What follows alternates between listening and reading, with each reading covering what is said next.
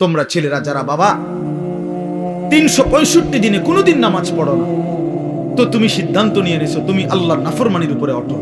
মনে রাখো বাপ, একদিন ফেরেশতা একটা লাথি দিয়া জাহান্নামে ফেলে দিবে। একটা লাথি দিবে, একটা লাথির লগে জাহান্নামে ফেলবে। মনে রাখো, তামাশা দুনিয়া না বাবা। কি ভাবছো তুমি? পড়ালেখা তো আমরাও করছি, জেনারেল লাইনেও পড়ছি, মাদ্রাসার লাইনেও পড়ছি। যথেষ্ট পরিমাণ পড়ালেখা করেই এটা বুঝছি যে কবর আসলেই সত্য, জাহান্নাম সত্য, জান্নাত সত্য। সত্য পৃথিবীর সৃষ্টি থেকে নিয়ে আজ পর্যন্ত এত নবী, এত রাসূল, এত আউলিয়া, এত বুজুর্গ, এত আলেম, এত কিতাব, এত কিছু মিথ্যা হইতে পারে না। এত কিছু মিথ্যা হইতে পারে না। মিথ্যা এতদিন চলে না, মিথ্যা কথা এতদিন টিকে না। অতএব 1450 বছর থেকে আমাদের নবীর আমল থেকে প্রতিনিয়ত আল্লাহর কথা, কোরআনের কথা, আখিরাতের কথা, কবর হাসরের কথা বলা হচ্ছে, এগুলো মিথ্যা। তাহলে তাহলে কেন ভুলে গেলাম আল্লাহকে? এজন্য আমরা যদি সিদ্ধান্ত নেই যে আমরা আমাদের জীবন গঠন করব, আমি আল্লাহর দ্বীনের উপরে চলবো, তাহলে সম্ভব। সম্ভব কিনা বলেন? এই জন্য আন্তরিক হইতে হয়। এই কথাটা বুঝাইলাম, মনোযোগী হইতে হয়। আন্তরিকতা না দেখাইলে, মনোযোগ না দিলে, আপনি বিষয়টা দিলে উপলব্ধি করতে হবে যে আসলে আমার আল্লাহকে মানা দরকার, আমার রাসূল সাল্লাল্লাহু আলাইহি সাল্লামকে আমার মানা দরকার। আমার কবর আছে, আমার কবর হবেই হবে। আমার লগে সবাই না মরুক, আমি মরে যাব। আমার লগে সবাই একই সাথে মরে যাইতে হবে, এটা কোনো জরুরি? জরুরি কথা বলেন না কেন? এটা জরুরি বিষয়। আমরা সবাই একই দিনে মরতে হইব, তাইলে আমি তো মরে যাব, আমি তো মরেই যাব। হাসলেও মরে যাব, কাঁদলেও মরে যাব, সুখে থাকলেও মৃত্যু, দুঃখে থাকলেও মৃত্যু, অট্টালিকায় থাকলেও মৃত্যু, কুড়ে ঘরে থাকলেও কি মৃত্যু। মৃত্যু আমার হবেই হবে, আমাকে একা চলে যেতেই হবে, সবাইকে রেখে আমাকে একাই ফিরতে হবে আমার আপন ঘরে, আমার কবরে, আমার হাসরে। অতএব আমাকে যেহেতু ফিরতেই হবে, আমাকে যেহেতু বন্ধু যেতেই হবে, যেখানে আমাকে নিশ্চিত যেতে হবে, এর জন্য প্রস্তুতি নেওয়াই ভালো। এটাই বুদ্ধিমানের উচিত। আজ যদি এমন হইতো কোনো না কোনো কৌশলে আমি মৃত্যু থেকে বাঁচতে পারলাম, বা কেউ কেউ বাঁচছে, এটা তো ঠিক ছিল, আমি সেই লাইনে চেষ্টা করতাম। কিন্তু সেটা কোথায়? এই পৃথিবী কাউকে থাকতে দিছে কিনা বলেন না কেন? তো পৃথিবীর মনে করেন 1000 বছর বয়স্ক কোনো লোক পৃথিবীতে আছে যে আজ 1000 বছর যাবত উনি মরে না? পৃথিবীতে 500 বছর যাবত কোনো লোক বেঁচে আছে এমন এখন আছে কেউ? তো তাহলে এই পৃথিবীর পুরাতন মানুষগুলোকে যেহেতু নিয়ে গেল, আমাকেও নিয়ে যাবে। এই জন্য কিশোর, নওজোয়ান, এত অল্প বয়সে যদি চরিত্রহীন হয়ে যাও বাবা, বাকিটা হায়াত কি করবো বলো ভাইয়া? 16 বছর বয়সে যদি এত নারী, এত ছবি, এত উলঙ্গ দৃশ্য, এত অস্থিরতা, এত অসভ্যতা, এত নোংরা কথাবার্তা, এত নোংরা জীবন, এত অল্প বয়সে যদি এতটা নষ্ট হয়ে যাও, পচে যাও, আহা বাপ, শেষ পর্যন্ত তোমার বয়স যখন হবে 60, 50, সেই পর্যন্ত তোমার হালাত কি হবে? কি হালাত হবে?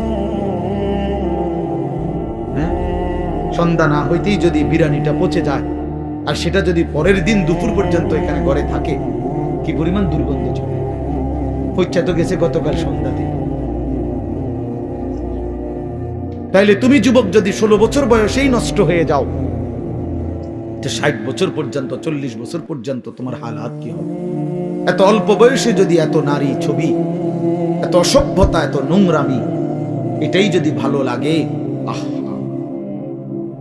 আফসোসের বিষয়, আফসোসের বিষয় বাপ, আফসোসের। ভাবা উচিত। ছেলেরা তোমরাও ভাইবো বাবা, এত কম বয়সে এতটা নষ্ট হয়ে যাওয়া তো উচিত ছিল।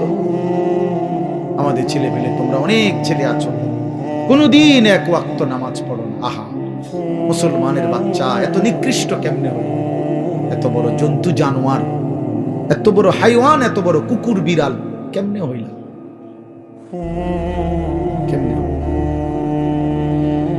ওফ, কুরআনুল কারীমে আছে, আল্লাহ বলছে ওয়াত্তাবা হাওয়াহু ফামাসালুহু কামাসালিল কালব, মনের ইচ্ছা মতো যে চলে তার মনে যা চায় তাই যে করে, আল্লাহ বলছে তার উদাহরণ কামাসালিল কালব, কুত্তার মতো।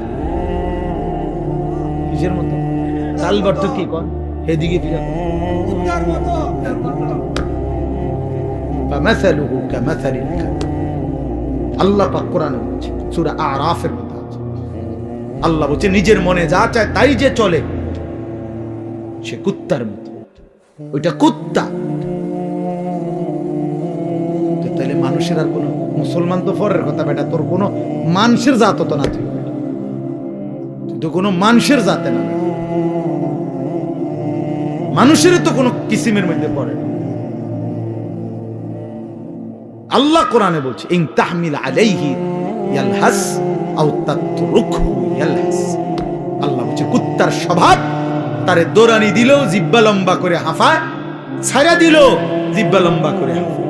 দেখছেন চাচা এরকম কুকুরে দেখেন দৌড়াইতে দৌড়াইতে জিব্বা বাইর করে এমন করে, দাঁড়ানো থাকলো জিব্বা লম্বা করে এমন করে হাঁফায়। কুত্তার স্বভাব, কুকুরের স্বভাব। ছি ছি ছি।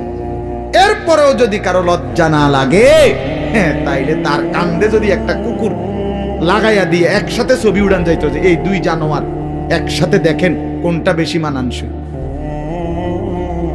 হ্যাঁ হ্যাঁ, বেনামাজি আর কুকুর একসাথে করে যদি দাঁড় করাইয়া একটা সেলফি তোলা যাইতো, ছবি উঠানো যাইতো, ফেসবুকে দেওয়া যাইতো, দারুণ কমেন্টস পড়তো, দিয়া দেখো দেখো। কারণ তুমি তো কোনো মুমিনের সাথে দিতে পারবা না, তুমি কেমনে দিবা কোনো নামাজি মানুষের সাথে? আল্লাহ আমাদেরকে বুঝ দান করেন, আল্লাহ আমাদেরকে বিবেক দান করেন।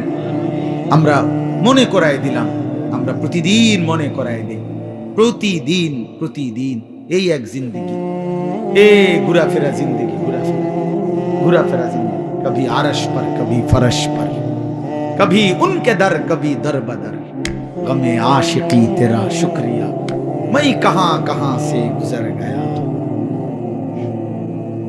কোথ থেকে কই ছুটে গেলাম, ঘুরতেই থাকলাম, আল্লাহর কথা ফেরি করলাম। নজরুল হে, তার কত দাবি, এতটার ভিতরে আইতে হইব, এতক্ষণ ওয়াজ করতে হইব, এমনি কইতে হইব, আইয়া বইতে হইব, ভাত খাইতে হইব। বুঝলেন না, এখানে এখনো মাইক ধরতে দেয় না, এর দাবি দেওয়া শেষ। এই যে এখন দেখলেন না ঘোষণার পর, হে তো মহব্বতে বলে, কিন্তু আমি কিভাবে কি করতে পারি, আমি কি করতে পারি? কিছুই করা। এই মসজিদ, এই পড়া, এই মহল্লা আমার অনেক দীর্ঘদিনের আসা যায়, এত বেশি টাইম তো খুব কম জায়গায় আমি আসছি। এজন্য আল্লাহ তাআলা আপনাদের এই ভালোবাসা আমাদের সবাইকে কদর করার তৌফিক দান করুন। আমরা ইনশাআল্লাহ সিদ্ধান্ত নেই আমাদের জিন্দেগি সুন্দর করব, ঠিক আছে ইনশাআল্লাহ। আমি মানবই আল্লাহকে, গোটা মহল্লাবাসী বিড়ি খাক, আমি খাবো না। গোটা মহল্লাবাসী মিথ্যা বলুক, আমি বলবো না। গোটা মহল্লাবাসী হারামের উপরে পড়ে থাকুক, আমি যাব না। আমার দাদা, আমার বাবা, আমার আমল, কই আমরা যে তিন পুরুষ আমাদের সংসারে, আমার দাদার সংসার আমি দেখছি, আমার বাপের সংসার আমি দেখলাম, আমার সংসারে আমি এখন আছি। আমরা যে এই তিন পুরুষে কেউ টেলিভিশন চালাইলাম না, তো আমগো সংসার চলছে না? আমরার বাচ্চা কাচ্চা সব অচল হয়ে গেছে, হ্যাঁ, আমনের গুণেকারে গিয়ে বেশি বুদ্ধিমান হয়ে গেছে, আর আমরা গুলো চিরা খায়। হ্যাঁ বলেন, আমাদের বাচ্চা যে বছরের পর বছর টেলিভিশন দেখে না, তা আমরা রুলা অচল হয়ে গেছে নাকি? তাহলে কি দাঁড়াইল? কেউ হিম্মত নিলে সম্ভব যে না, আমার সন্তান টেলিভিশন দেখবে না, আমার সন্তান আল্লাহর নাফরমানি করবে না, খালাস গোটা পৃথিবী উল্টে যাক, আমি আল্লাহর উপরে, দ্বীনের উপরে থাকবো। এই যে হিম্মত, হিম্মত ছাড়া হবে না বাবা। আরো আওয়াজ হইতে পারে, এই আমনের একজনের পর একজন বক্তা উঠবে, নামবে, আমনের কেউ চিৎকার দিব, কেউ সুর দিয়া, কেউ কাইন্দা ডুইল্লা বহুভাবে কইল, আমনের ভিতরে ভিতরে কলজার ভিতরে লোক যত কথা এক হুজুর পাত্তর গলতে, আরে আমি গলতাম না, তো আমনের কে বদলাবে? কথা বোঝেন নাই আমার? আমনের বদলাবে কে? আমনের সিদ্ধান্ত যে হুজুর, আহারে হুজুর, আমনের মতো দেড় বুইরা হুজুর বেড়া আব্দুল কাদের জিলানির আব্বা কইলো আমি বিড়ি খানা ছাড়তাম না, তো আমনের ছুটাইবে কে? বাইজিদ বুস্তামি আইয়া কইলো আমি চা দোকানে টেলিভিশন দেখা বন্ধ করব না, তো আপনার বদলাবে কে? আপনি তো সিদ্ধান্ত নিছেন গুনার উপরে মজবুত, আল্লাহ তো বলছে ইমানের উপরে মজবুত হইতে, নবী তো বলছে আমলের উপরে মজবুত হইতে, আর আমরা নাফরমানির উপরে মজবুত। নাফরমানির উপর 30 বছর সুদ খায়, কি চাচা ছাড়তেন না? না ছাড়তাম না। আপনার ভাল লাগে নিচানো? না আমার ভাল লাগে না। আহা মুসলমান, গুনার উপরে অটল, গুনাহের উপরে অটল। প্রিয় ভাই শোনো ভাই, নবী সাল্লাল্লাহু আলাইহি সাল্লাম বলেন বুদ্ধিমান সে যে তার নিজের হিসাব করে এবং মৃত্যু পরবর্তীর জন্য আমল করে, সে বুদ্ধিমান। কোন নাফরমানকে তো দুনিয়া থাকতে দেয় নাই বাপ, শুধু শুধু আল্লাহকে নারাজ করে কি লাভ?